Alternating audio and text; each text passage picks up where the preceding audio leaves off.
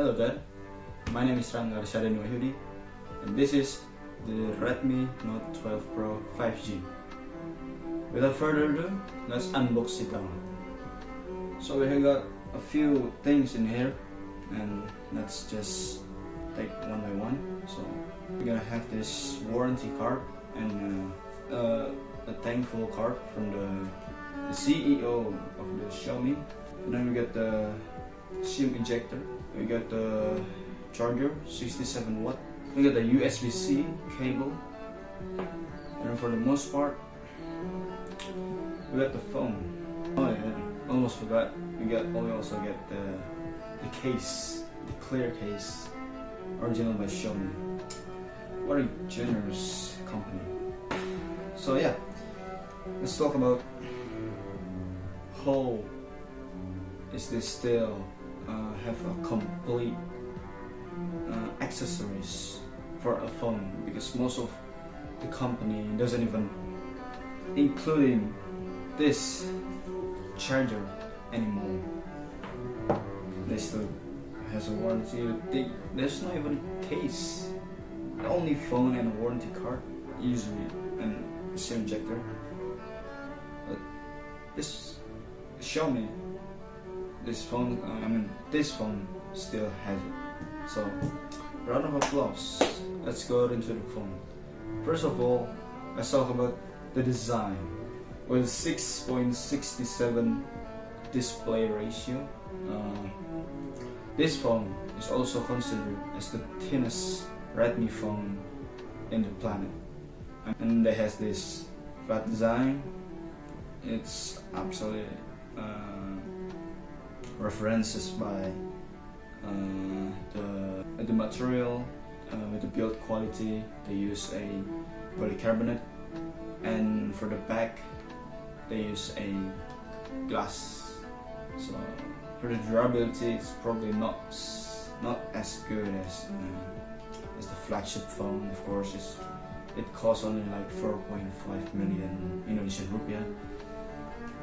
For the exterior of the phone, I really like it. There's also, they have a tempered glass built in, so you don't have to add in it anymore. So yeah, that's it for the display and for the exterior phone. Let's move on to the camera. So for the camera, they use the triple camera, with the main camera at the top, with resolution of 50 megapixel main camera. With what is a special one about this main camera is not really about the 50 megapixel.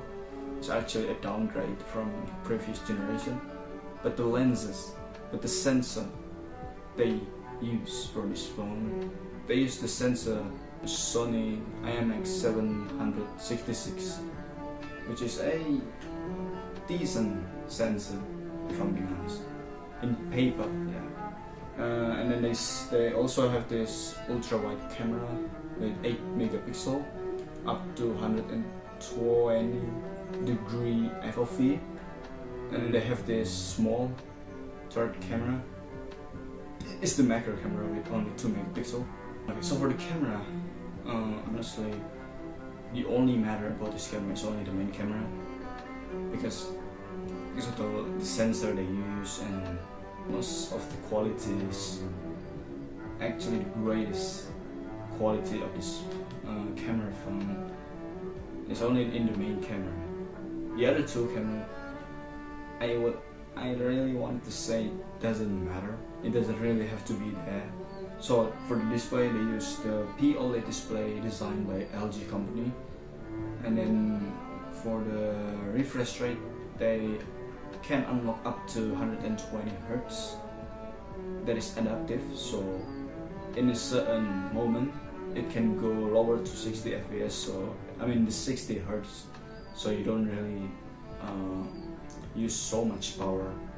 It can get more optimized. Also for the port, okay, for the port they have this infrared blaster and then they have the microphone and the speaker with 4 holes and the headphone jack. I mean, this is the upper side, and then come to the right side, they have this volume up and down button, and then they have this power button with fingerprints built in. Very nice. And then they have this another speaker with 5 holes this time.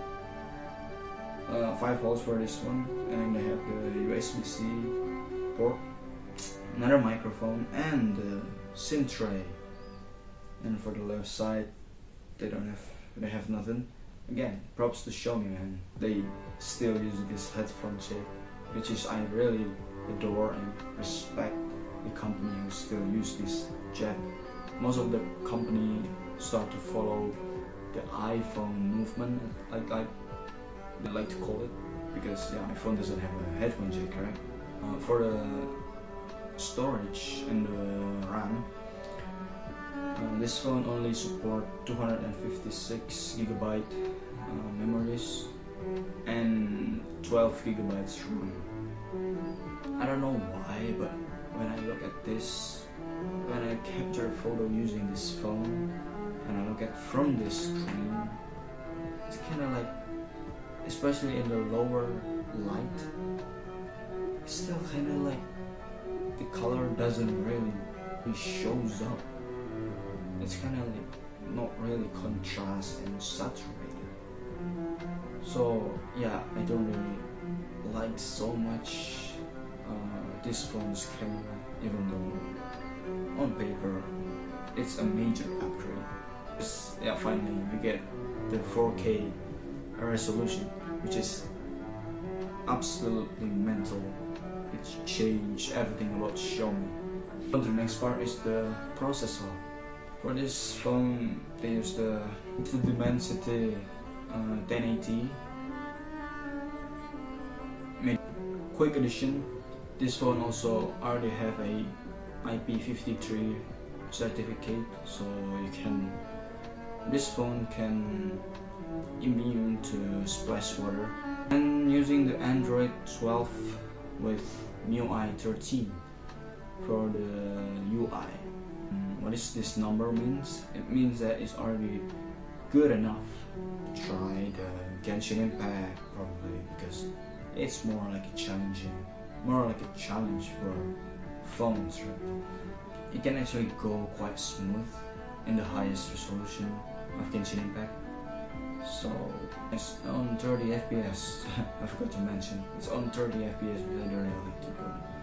But it can actually go 60 FPS for the first half an hour.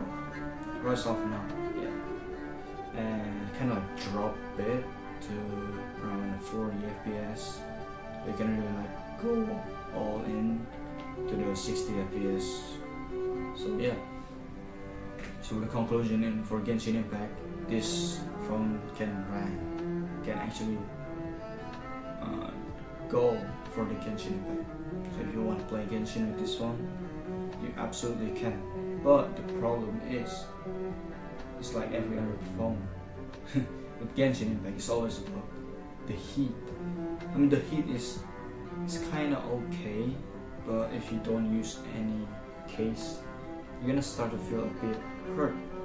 It's kind of, I guess, around 48, 49 degrees Celsius max. The most heat came from the camera or the upper here, so where the heat provide. So yeah. Now let's talk about the battery. The battery, this one have 5000 mAh, and the charging is up to 67 watt, which is you can charge in your phones within only 46 minutes from 0 to 100. Okay, so that's all point I can tell you. The detailed information I'm gonna give you in the screen right now, it was from the GSM Arena. So yeah, of course this phone is already support 5G, It's based on the name. So yeah, I guess that's it for me. Thank you for watching this video. Don't forget to subscribe this channel, hit the like button and comment how you think about my presentation, and comment down below what phone should I review for the next video. Okay, thank you for watching. Like the cult leader once said, do the hard work, especially when you don't feel like it. Peace.